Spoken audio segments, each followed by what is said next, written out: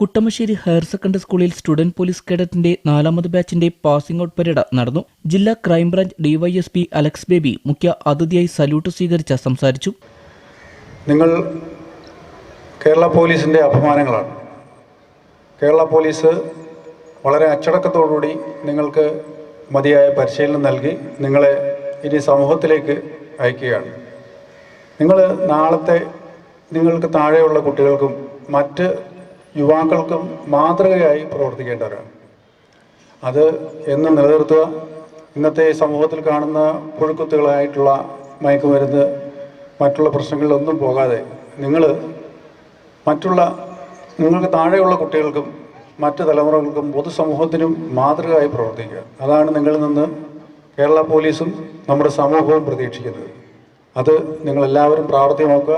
കീഴമാട് ഗ്രാമപഞ്ചായത്ത് പ്രസിഡന്റ് സാജു മത്തായി, ആരോഗ്യ വിദ്യാഭ്യാസ standing committee chairman Ajith Kumar, ward member Abhilasha, SPC project assistant, district nodal officer PSM Ashraf, principal Sheeja VH, headmistress Sinimol M, സർവീസിൽ നിന്നും വിരമിക്കുന്ന അമ്മണി ടീച്ചർ എന്നിവർ സല്യൂട്ട് സ്വീകരിച്ചു.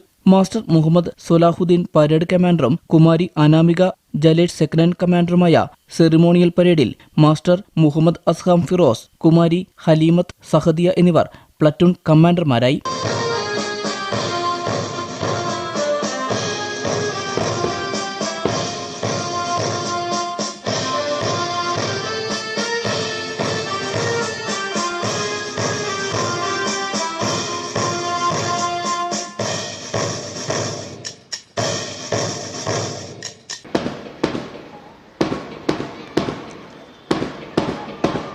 പരേഡ് കമാൻഡറും സെക്കൻഡ് ഇൻ കമാൻഡറും പോലും ആദരണീയനായ വിശിഷ്ടാതിഥിക്ക് അഭിവാദ്യം അർപ്പിച്ച് കടന്നുപോയിക്കൊണ്ടിരിക്കുകയാണ്.